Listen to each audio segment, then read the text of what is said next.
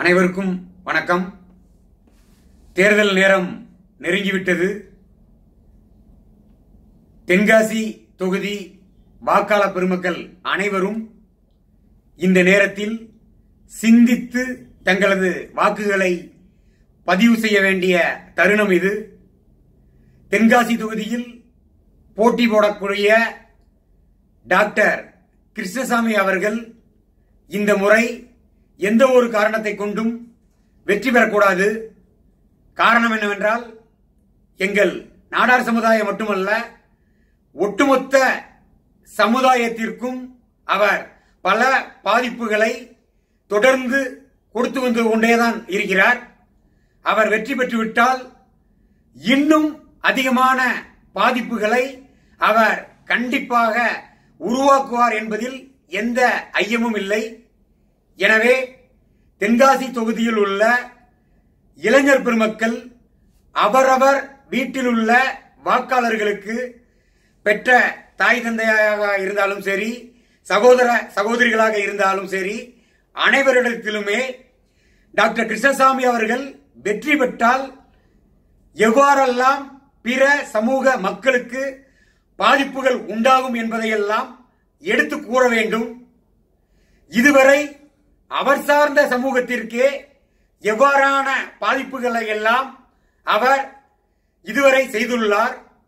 இன்னும் பிற சமுதாய மக்களுக்கெல்லாம் தொடர்ந்து பாதிப்புகளை அவர் உண்டாக்குவார் என்பதையெல்லாம் இளைஞர் பெருமக்கள் வீட்டில் எடுத்துரைக்க வேண்டும்.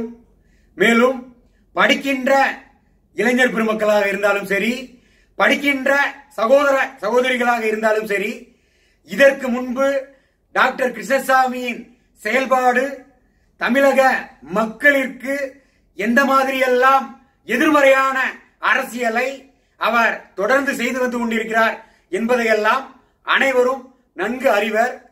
இதையெல்லாம் மனதில் கொண்டே இந்த தென்காசி பாராளுமன்ற தேர்தலில் நீங்கள் வாக்களிக்க முன்வர வேண்டும்.